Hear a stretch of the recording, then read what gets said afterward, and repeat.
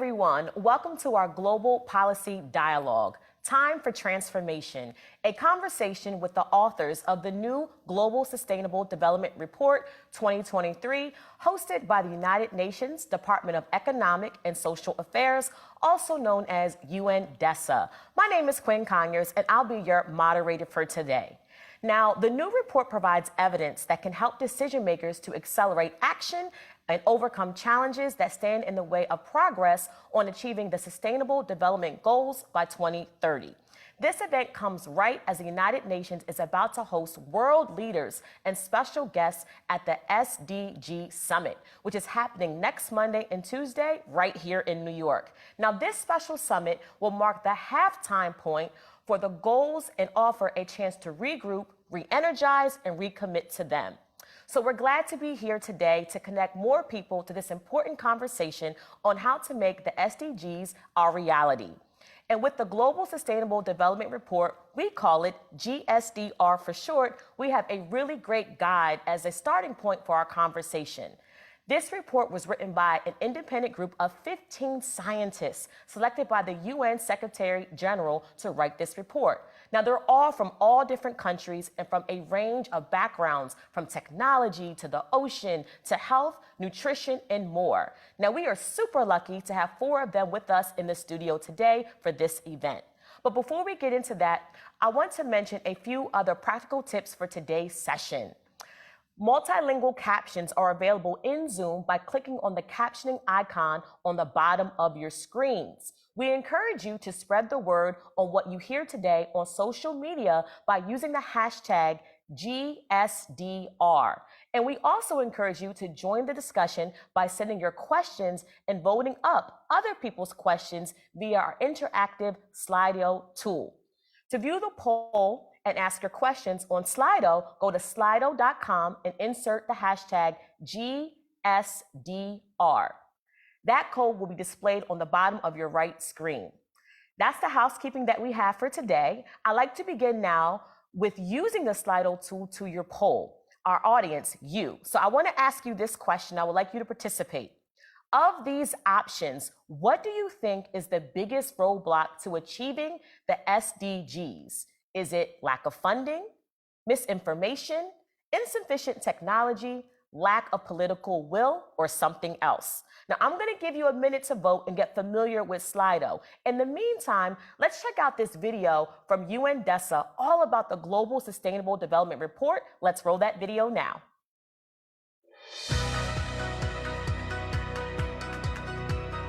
Out of this report, I hope that we impart a sense of urgency and that we also impart a sense of hope, because within us we have many, many solutions. The science and technology and people have solutions to help us move forward.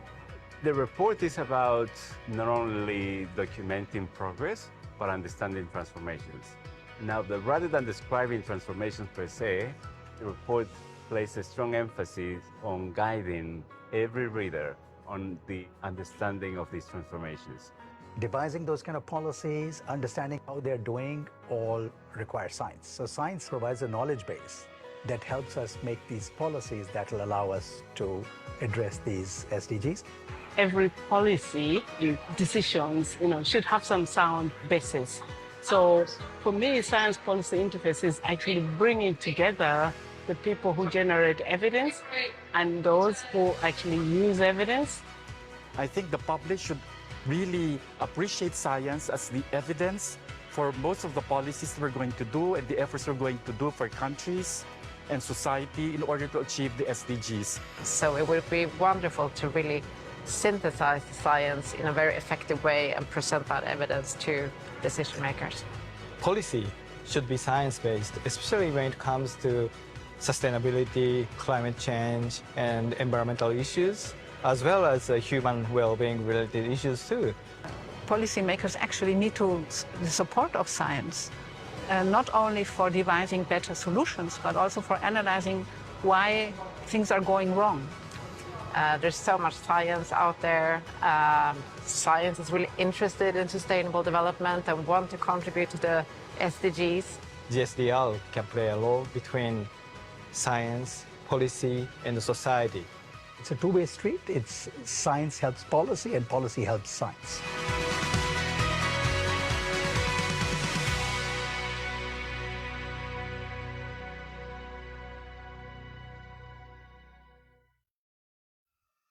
I don't know about you, but I am totally inspired. What a great way to start our dialogue.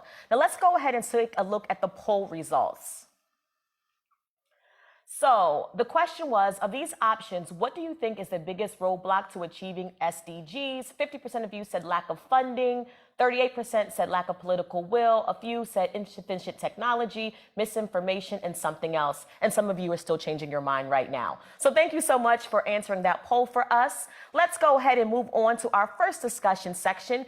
This one is on pathways to the SDGs. We know from another UN DESA report on SDG progress that we're off track when it comes to achieving the 17 goals. Business as usual just doesn't cut it anymore. Let's ask our guests their way and their views on how we can correct this. So I'm super happy to introduce the two speakers that we have with us right here in the studio. They are both members of the group of scientists that wrote the GSDR. We have them in studio with us today. So up first, we have Shirin Malikpour, Associate Professor at Monash Sustainable Development Institute at Monash University. We also have Åsa Persson, Research Director and Deputy Director of the Stockholm Environment Institute. Thank you so much for both being here. We really do appreciate it. And I want you to keep your answers short and sweet because we want to make sure that we get as much information as possible and also get a couple of questions from the audience. So I'm going to go ahead and start with you, Shirin. I want to ask you this. What do you want people to know about this new report? Sure. So I think as you said at the beginning of this session, we know that the SDGs are way off track. But really the key message of this report is that while we might be behind at the halftime of the life of the SDGs, the game is not over. So a key message of the report, or a key theme of the report, really is around acceleration. And by acceleration, we really mean that, for so long we have had innovative technologies, sustainable practices, and sustainable behaviors present, existing, but only in niches, small scale, scattered here and there. And what the report is really calling for, and what we really need, is scaling up, is doing things at scale at this stage. If we really wait for things to happen organically, they might happen, but it will take many, many years, many, many decades. For example, one assessment has shown that it will take almost 300 years to address gender equality. Now, who is prepared to wait that long? And really what the report is saying is that with targeted policies, regulations, strategic interventions, and also smart use of technologies, we are actually able to turn the dial and accelerate progress in the second half of the SDGs timeline. Yeah, awesome. Thank you for that. Åsa, I'm coming to you. Any insight or thought perspective that you want people to know about this new report? Well, to build on what Shirin said, I think obviously we start in the progress update. We hear annually about how we're doing on these indicators, but with this report, which comes every fourth year, we can take a bit longer term perspective. And I think what's really concerning is that we still see some negative trends, particularly in the environmental field. And we have also seen some setbacks since the report 4 years ago. So that shows also how fragile some of these gains on the SDGs are when we have crisis. So we need to invest more in SDGs to build that resilience. But to add also, I think one key message that we really want to convey with this report is that transformation is possible and inevitable. So what do we mean with that? Transformation is possible. We discussed the process of acceleration, transformation, but we also provide comprehensive lists of what societies need to do under the 6 entry points that we look at in the report, in food systems, in energy systems, and so on. So we have the knowledge, what needs to be done. We also provide the historical examples to show that bold decisions have been taken in the past. So that's transformation is possible. But it's also inevitable because we know that we're not gonna advance on the SDGs in the next 7 years in a status quo situation. There will be climate change, unfortunately, and many other changes. So again, investing in SDG is a very good insurance to new crises. Transformation is possible and inevitable. I like that.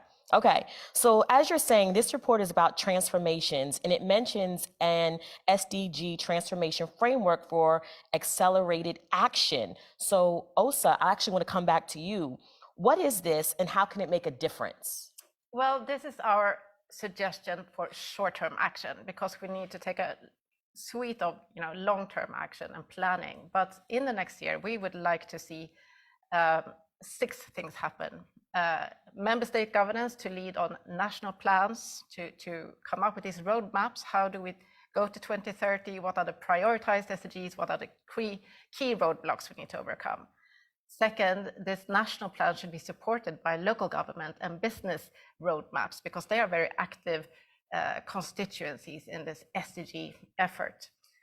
Thirdly, we need a funding. We saw this is a problem recognized by our audience. And so we call for increased funding, whether it's long-term financing, debt relief, but also tax reforms domestically. And then turning to science, we also call for more investment in better data and using science-based tools for SDGs that actually already exist. And fifthly, we think we need to build innovative and new kinds of partnerships between science and policy, society. Finally, the 6th one is accountability. And here we really think we need to be creative and come up with these new mechanisms for accountability, because that's a missing link today on achieving SDGs. All right, thank you for that. So Sharon, I am turning to you for a second. What needs to happen to move forward with these transformations? What would you say? It's a big question, but there is actually a lot of research and evidence available, drawing on practical examples and on-ground implementation in the past and in present time as it's ongoing, about some of the very effective enablers or instruments for change. For example, we know that emissions should come down, and it should come down quickly, and we know that carbon pricing is an effective instrument for doing that. But the implementation of these instruments is not always very easy and straightforward. There are lots of dynamics involved in the process of transformation, because always, the rise of the new, say, for example, the adoption of renewables, often comes with the decline of the old, phase out of fossil fuels, for example, in this case. And this is when a lot of frictions, a lot of tensions start to arise. And navigating these frictions and tensions is really challenging. For example, it might be really or relatively straightforward to implement a strategy like carbon pricing in economies such as, for example, Switzerland or Singapore that are very much service-based, whereas in economies that are heavily reliant on fossil fuel assets, like Australia, where I'm from, or some Middle Eastern countries, this is a lot more challenging.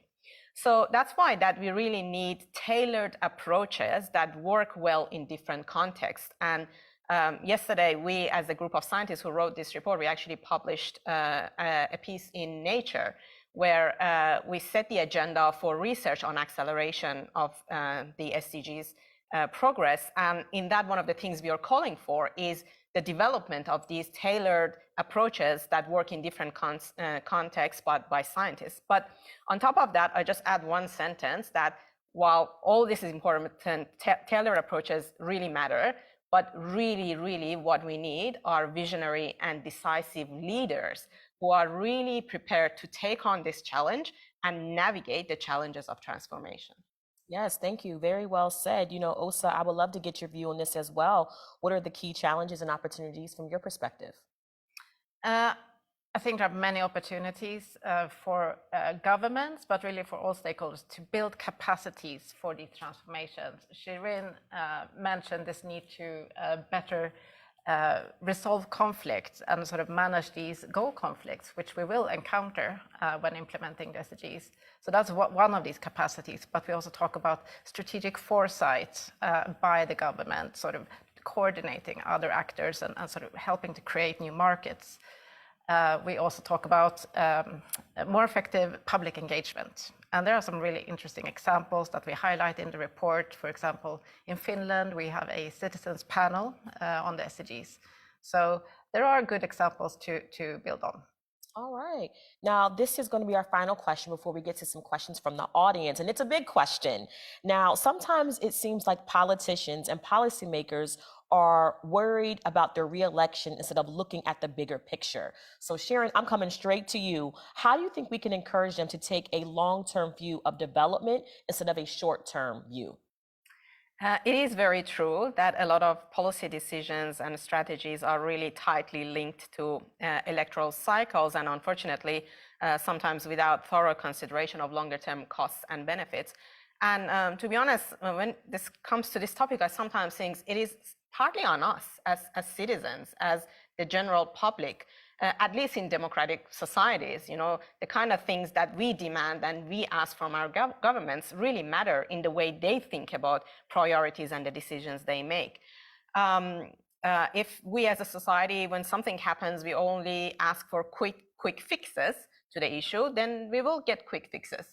So I think it highlights a big role for civil society, but also citizens really, to hold governments accountable for the kind of decisions that they make. And Osa mentioned one example, for example, from Finland, but also there are other examples in Denmark. There is this requirement now that all new government bills will be assessed against their impact on the SDGs. So it is, I think, a very potentially effective way of holding governments accountable for the kind of decisions that they make. Yes, now I would love your opinion on this as well. Same question, but your perspective. How can we get the politicians and the policy makers to take a more long-term view versus a short-term view? It is a holy grail. I think this is the key problem we keep coming back to. But I think we have these tools to try and extend the time perspective of our leaders and the governments. I think one is political. If our politicians could find ways to find these short-term wins in these more long-term roadmaps, transformations, I would say that's more the art of politics, not a scientific analysis. But there are also institutional mechanisms. If we look at the bureaucracy and the machinery of government, we can have these impact assessment procedures. But it's also about how governments make investments, financial investments. What kind of discount rate do they use? How long is the payback time? How can we sort of build in this more patience in the system by mandating these longer timelines? Finally, it's of course about representing future perspectives. So some countries are experimenting with ombudsmen for the future, for example. But I think a really effective way is to include more youth in the decision making. And this is something we've heard along this process of preparing a report, that youth are demanding to be part of this change.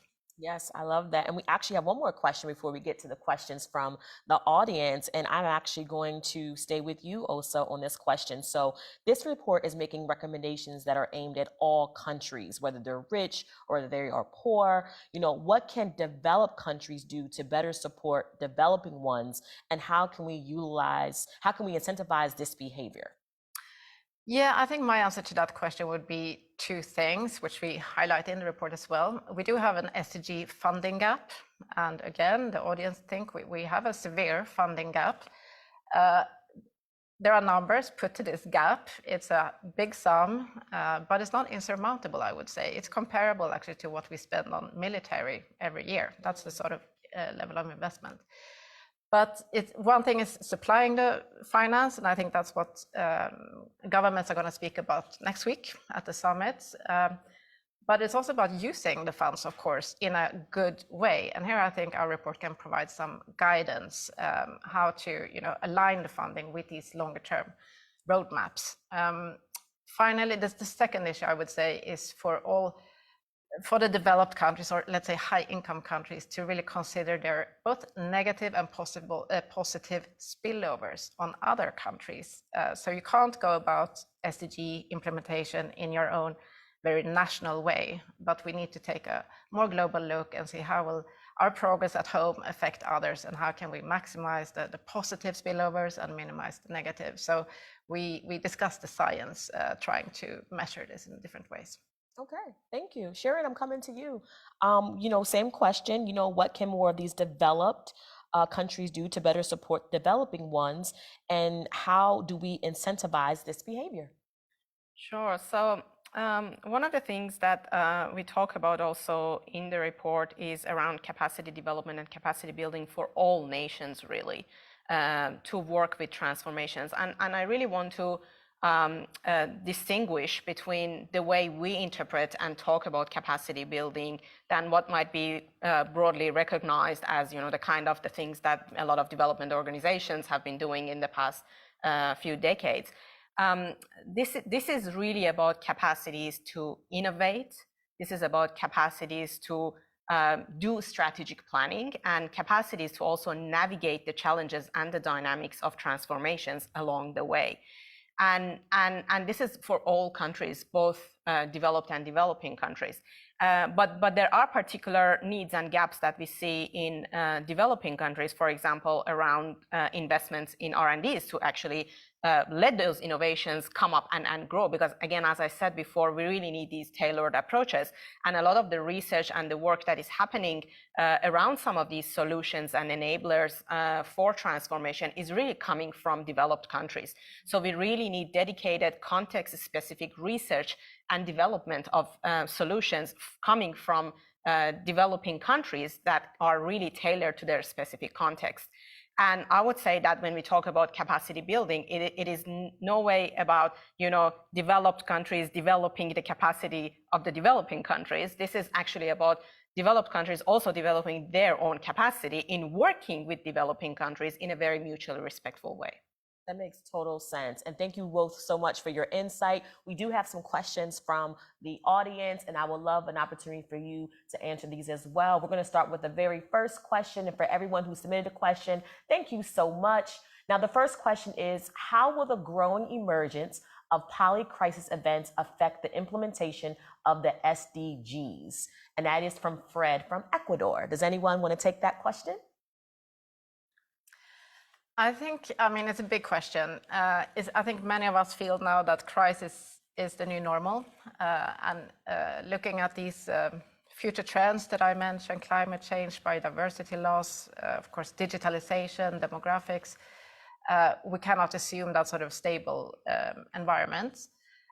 So again, coming back, that's a key argument of our report is to invest in SDGs is the best resilience against crisis or indeed poly-crisis. Sure. Did you want to add, or I can go to another audience question? What are you thinking? Up to you. Maybe we can go to another question. Okay, let's do that. So another question that we have that came in was, how do we include older people, especially women, in sustainable development? I would love for you to answer that question, Sharon. Sure.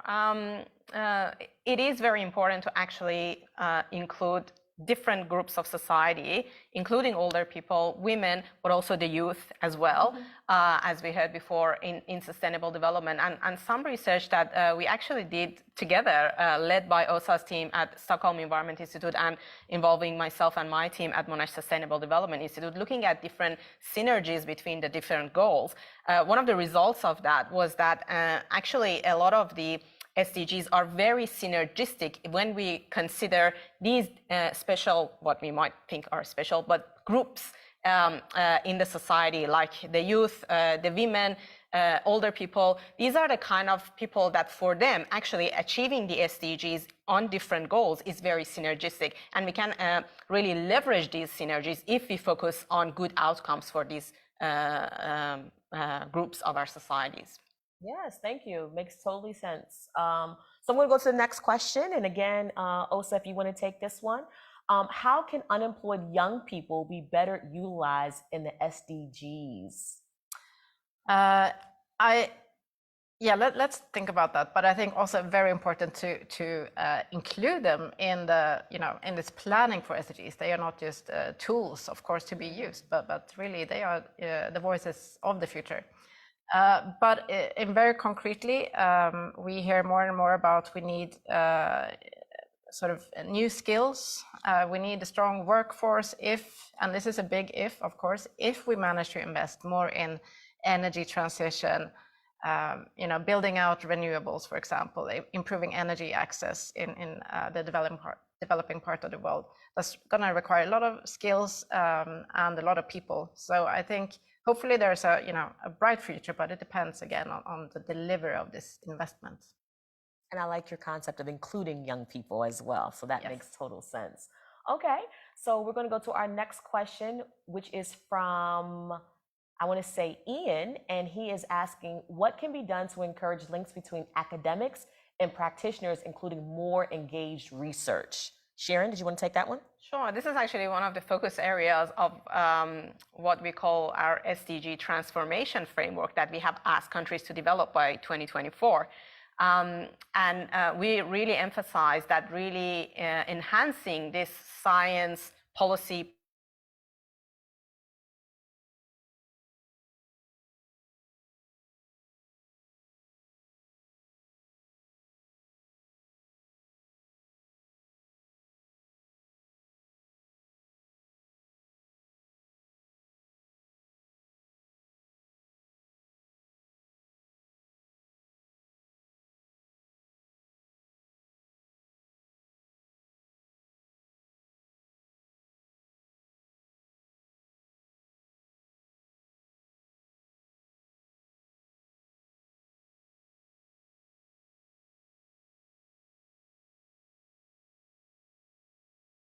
that we see more success and less failures in the types of policies that they choose to implement.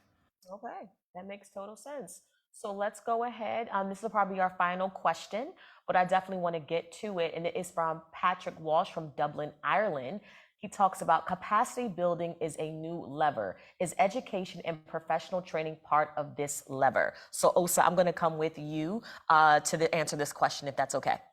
Yes, I think education and professional training is definitely part of it. I think we try to have a more expansive understanding also of capacities in the report. But I think, again, the capacities we discuss, conflict resolution, foresight, these are, concrete skills that you can build and learn. And I think there could be a lot of innovation in public policy, the sort of public organizations, government, businesses sometimes have to rethink business model, completely rehaul business strategy. But of course, our governments tend to be more path dependent, a bit more slow moving. So I would like to see also that sort of learning in between sectors. Okay. Sharon, did you want to wrap us up and give us your final thought? I'm just really hoping that what comes out of the SDG Summit next week is a very effective adoption of what the science is telling us, but also what many people living across the world are really demanding in terms of the outcomes that they want for their futures. Because in the end, the SDGs are not just a set of goals and some technical targets and indicators. They're actually about the kind of outcomes that we all want for the future we live in. So I really hope that next week comes with not just recommitments to the SDGs. I think that's still very low level. What we really need are serious action plans for how we want to go about achieving them in the next 7 years. Well, thank you so much, Sharon. Thank you so much, Osa, for your kind and just very innovative and informative information today. So I just want to say thank you again. You may now leave the stage in just a second, but we just heard some interesting ideas about how to build a better world. Let's hope that the world leaders who are gathering at the UN next week take some of it, like Sharon said earlier. And there are also still some key parts of the report that we haven't heard about just yet for our next panel, but we'll talk more about it in particular, about how science can be utilized as a tool in creating smart policies that serve people and the environment.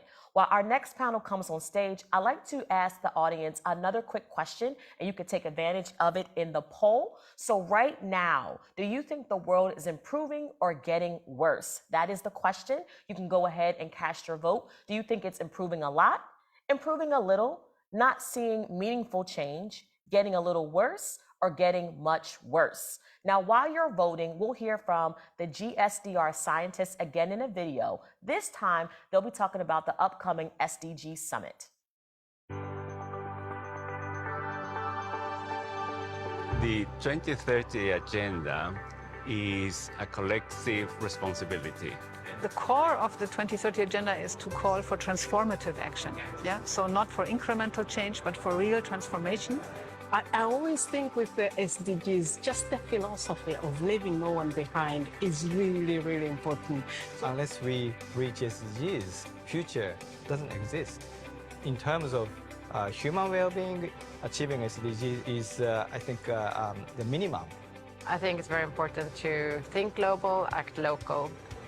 That's not just a slogan, I think. It's really important that we don't focus only on the goals and targets, indicators, and the scorecard of how we're doing. But really the reason we have Agenda 2030 is to ensure good outcomes. I really believe in the importance of policy in addressing these big challenges. Policy allows for systemic change, and these kind of challenges that we're talking about relating to the Sustainable Development Goals really do require systemic solutions. People are realizing that we are a very global world. One action transfers over to another action. The key message here is really to be innovative, aggressive, ambitious, to make sure that all of the things we do are really a whole of nation and whole society approach. That SDG is not one goal. You cannot pick up one goal or two goals. SDG is a system. So we have to make system transformation. And transformations are essential, and we need the voice and the contributions of everybody. There are solutions. The science and technology and people have solutions to help us move forward. It's an invitation to learn from each other, to share from each other, and to build together sustainable pathways. To secure a good future for humans, for us, and for the planet.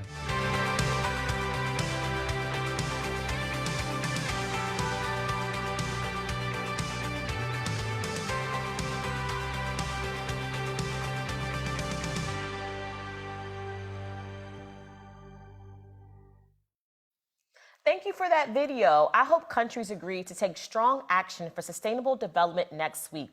Now let's take a look at the poll results and check out how you all see the world. So the question was, right now, do you think the world is improving or getting worse? 29% of you said getting a lot worse. 22% of you said improving a little, and then not seeing much meaningful change, and improving a lot and getting a little bit worse was a little bit kind of neck and neck. Well, we appreciate that, and we hope that this report actually improves the way that you feel, right?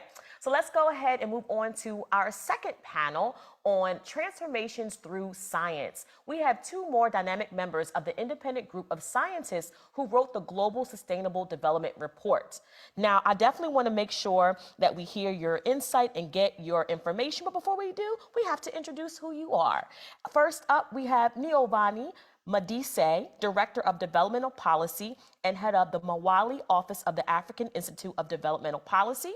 We also have Mbuj Sager, Professor of Policy Studies and founding head of the School of Public Policy at the Indian Institute of Technology, Delhi. Thank you so much for being with us today. So I'm going to go ahead and kick off question one with Niovani, and I want to talk about how this report talks about harnessing the full benefits of science as a public good to help the SDGs. Can you really define what does science as public good really mean? Thank you. I'm glad you've asked that question. I want to start by saying when we use the word science, we just don't mean the natural sciences. We also mean the arts, the humanities, the social sciences.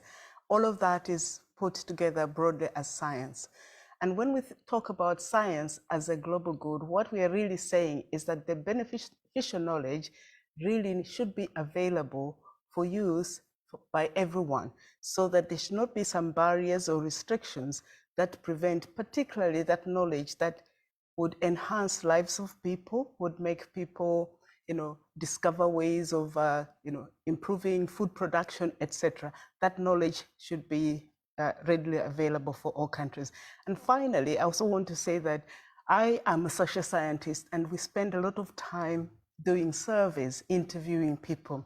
We don't pay these people money.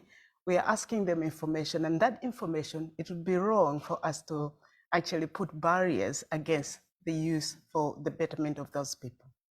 Thank you for that. And Mbuj, I'm coming to you. What is the current status of invocation in science and innovation in low and middle income countries? And how can we improve this? I must confess that the state of innovation, science innovation in these low and middle income countries is not as strong as one would like it to be. And there are many reasons for this. First, of course, is financial resources. These countries don't have the kind of financial resources that a lot of kind of the richer countries do. Unfortunately, also invest less in science and innovation. And part of the reason for that is because they also have other priorities that they have to be focusing on.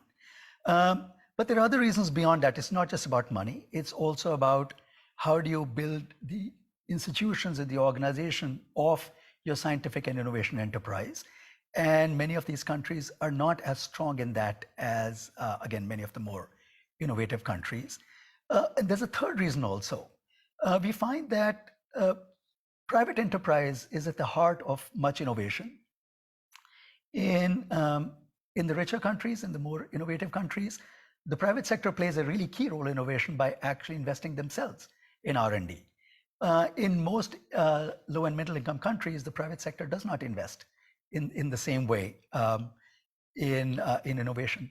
But having said that, I must also say that it's not that innovation does not happen in these countries. There are many examples. I think a classic example is M-Pesa, a mobile money experiment that came out of Kenya that was incredibly successful well before mobile money was in use anywhere else.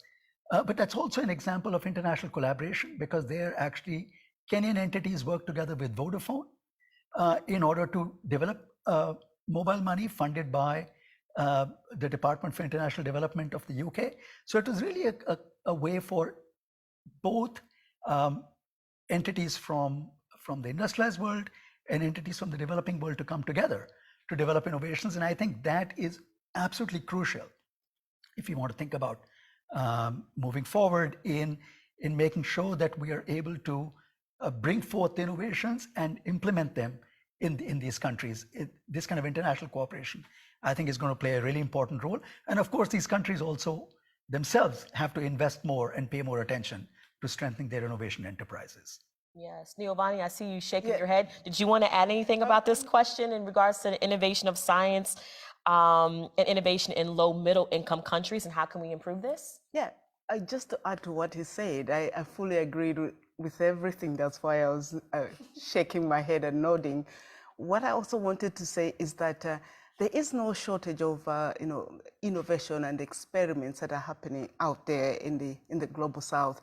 I think the challenge is actually bringing these things to scale so that people can benefit. But you see a lot of people coming up with ideas, generating electricity in the villages, or coming up with innovative ways of doing things, creating resources that the people in the villages can use.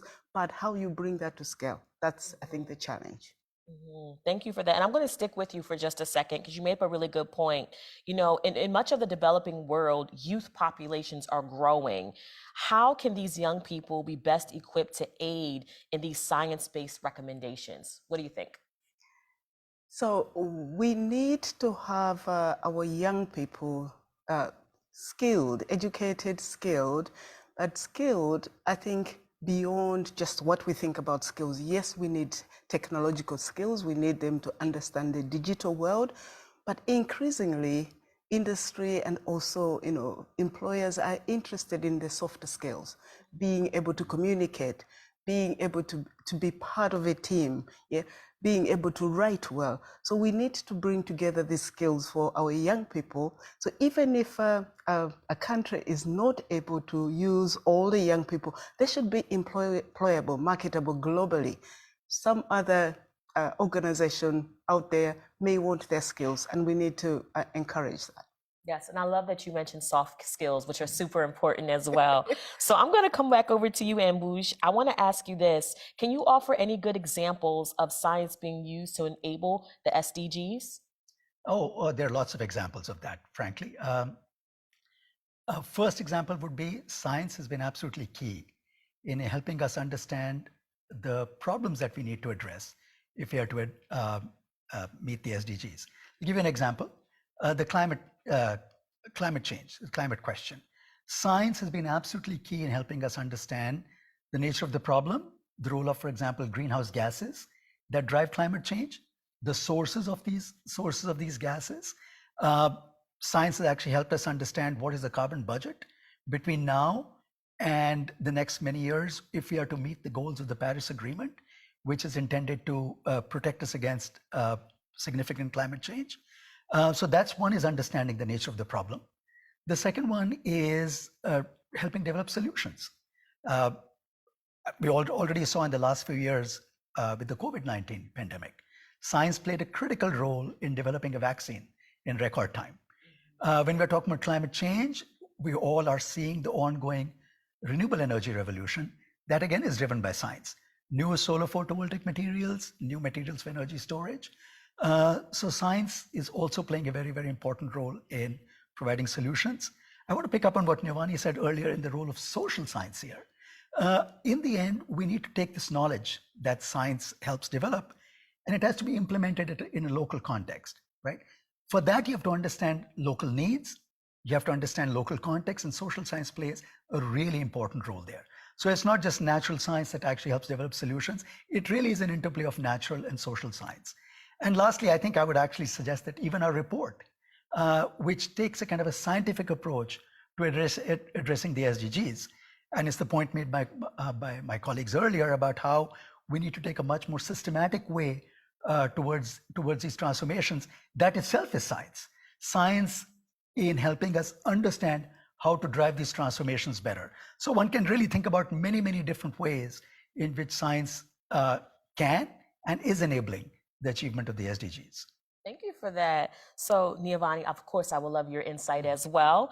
Same question. But can you offer any good examples of science being used to enable the SDGs as well?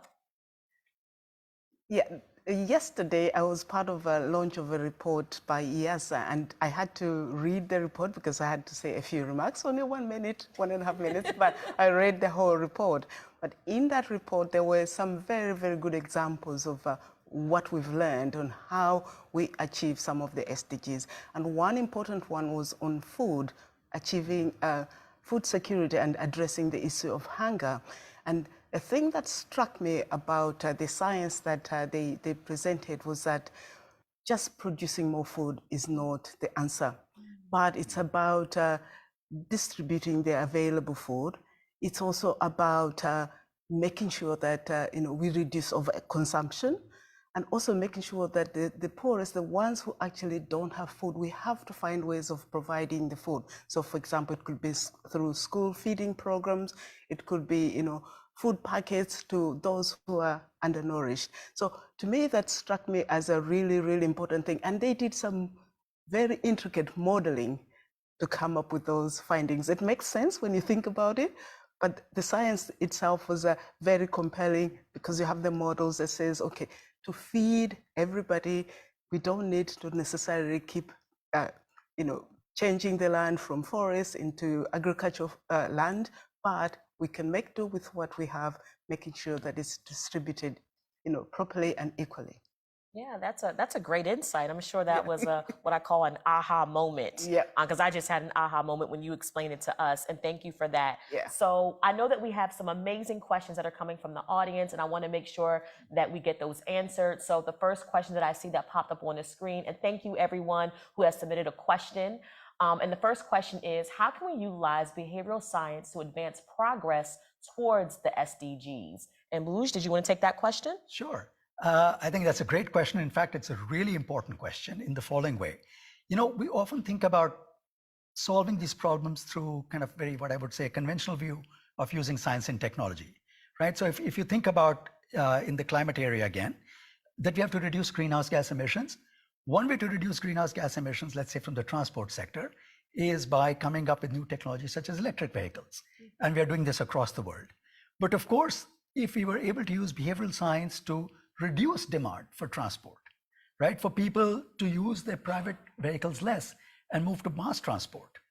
That would be a classic way of using behavioral science to reduce energy consumption, reduce energy demand, rather than use technology in order to continue with energy demand, but to do it in low carbon ways.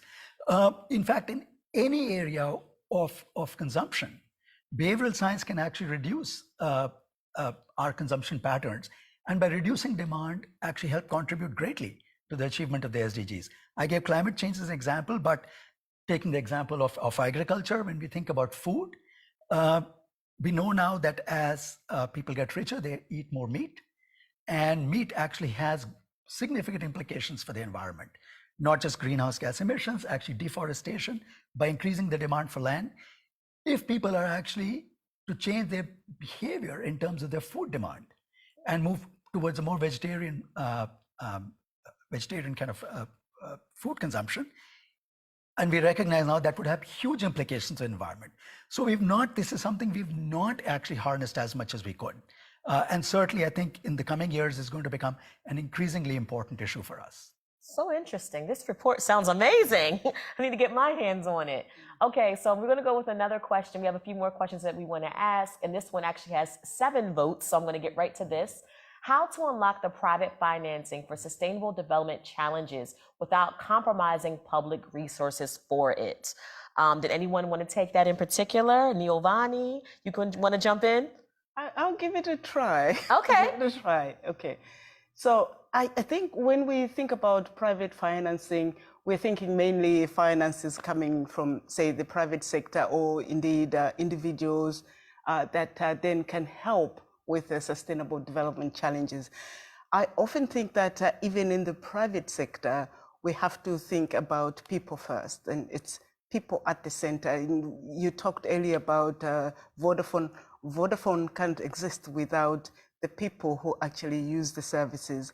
And when we start thinking about people being consumers of the services that the private sector, is producing, when we think about resources that, private individuals acquire, people are always at the center. And so when we think about helping sustainable well-being of the people, it makes sense for everyone to be part of that. And the private sector and the private financing can actually help. It's not just about corporate social responsibility, it's about taking a meaningful role in helping to make sure that we are making this planet a better place for everyone, and can include things like making sure that we keep our commitments to climate change, making sure that we keep our commitments to no poverty, no hunger, and many more. So I think that we've for a long time ignored the private sector. We've ignored private financing, but I think that is an important lever, an important thing to unlock the chains of how we make progress in sustainable development.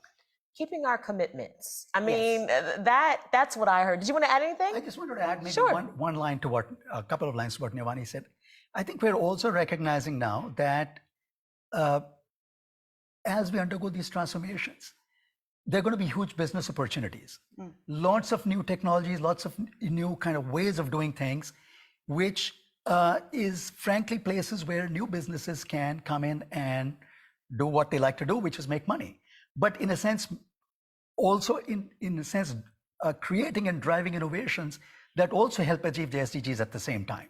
I think the more private sector sees this as also as a business opportunity, I think we're likely to see much more kind of private finance moving in this area. So I think it's both from a kind of a perspective of profit. I think private sector can play a role, but also from the point of view of actually being good citizens and contributing to a better world that they themselves are also a part of. So I think it's really both of those. Yeah, I like that insight. I mean, I feel like we need more time. This is so good. All right, so let's go ahead and move on to the next question, which is how best can we realize full participation of the informal economy workers in achieving SDGs? What are the best practices to be adopted or noted in the report? So I'm sure either one, but I'll come to you first, Giovanni. Did you want to take that? Right. Yeah. So in the report, we do talk about collective action, individual and collective action, and that essentially means everyone participating, including the informal economy workers. Often they are sidelined or not really counted, not visible, but in many countries, my country as an example, in Malawi, the informal sector is very vibrant, and they are contributing economically. They are playing their role. So it's really about recognizing the role they play and engaging them. It's not just about, listing them down so we can get taxes from them. Yes, they need to pay their taxes as citizens, but it's really just recognizing the fact that they're an important part of the economy and they should be playing their part. Now, I know we might have touched on this a little bit earlier, but there's a question from David Smith and Ambuj. I think that you might be a great person to tackle this as well. How do we address the unequal access to science and technology information and data between the North and the South?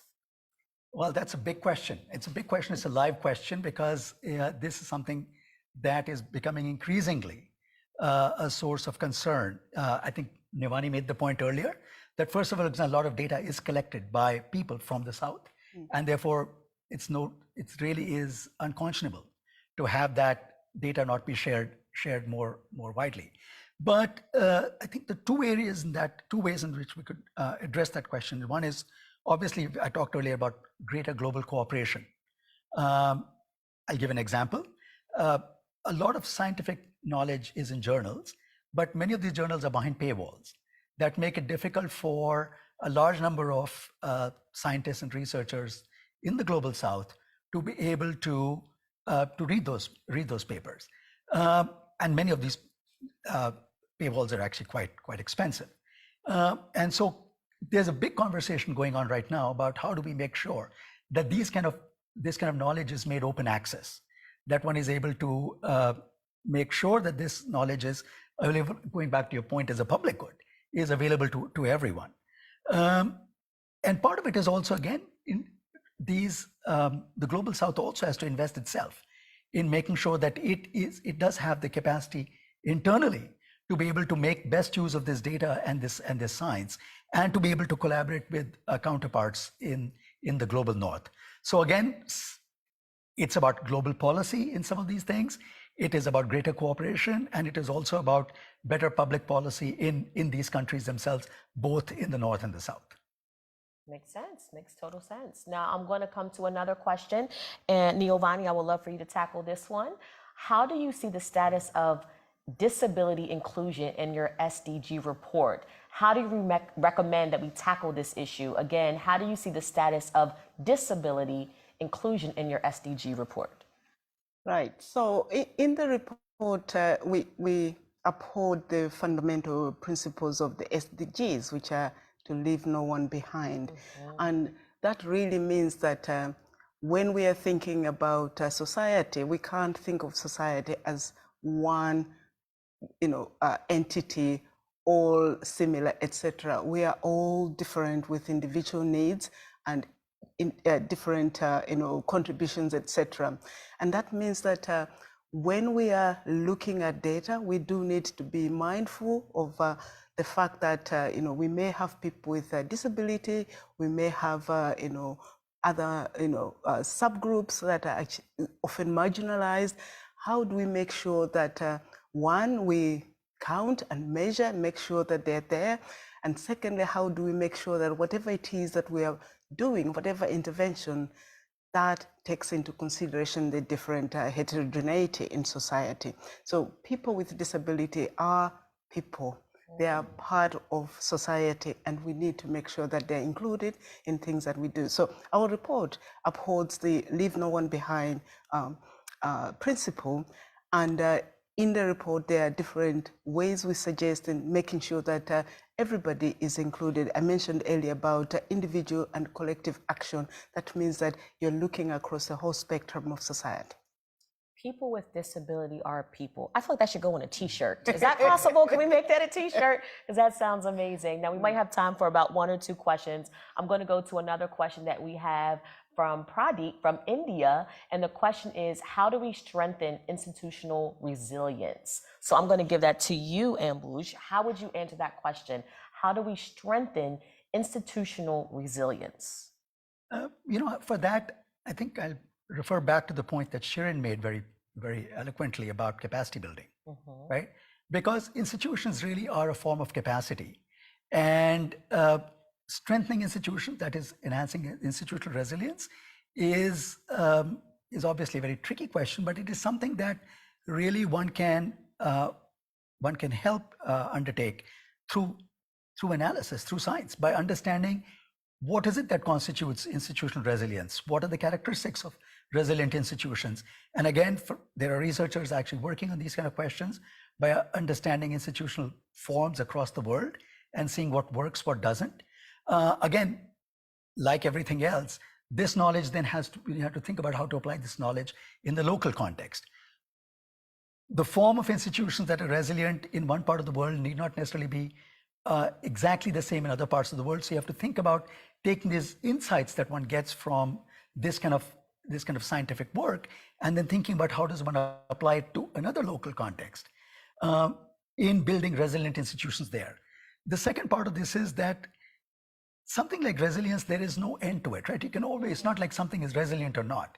You can always make institutions more resilient. So this is also an ongoing effort. So it's not only making these institutions resilient now, but doing constant assessment of how we are doing and thinking about how to improve that. That itself is another form of capacity. The capacity to assess, the capacity to reflect and take that knowledge and turn it back into strengthening oneself, right? And so again, this is again, it's a question not just for the global South, it's a question for all countries about how to make their institutions more resilient. And it really is, as I said, an ongoing process. But the more you can actually bring this kind of systematic efforts to understanding it, the better we'll do at it. Well, thank you so much. Very well said. And thank you so much again, Giovanni, for your insight as well. And that concludes the audience question portion. So for everyone who did submit a question, we thank you for that and being present with us. Unfortunately, we are now coming to the end of today's event. Many thanks to our panelists for a great discussion and for sharing your insights and your expertise. And thanks to you, the audience, for your very challenging questions. We really appreciated it. So now, those of you who are watching on Zoom, you will see an exit survey pop up when you exit the meeting. Please do spare a couple of minutes and fill that survey in for us. We really would appreciate your feedback. Now, UN DESA will continue these global policy dialogues all year. So please bookmark un.org/DESA to find out about when we have more of these dialogues that will be happening. And if you're interested in learning more from all the 15 of the scientists who prepared the Global Sustainable Development Report 2023, the report is out now. You can visit un.org/DESA, where you'll be also able to find it, access it, and consume it. You can also see information about the SDG Summit that's happening next week. That leads me to finally thank the panelists one more time, the ones who are here right now, and the panel from the first half of the session, and also to really thank the organizer, UN DESA, and to wish you a good rest of your day. So goodbye from the SDG studio right here in New York.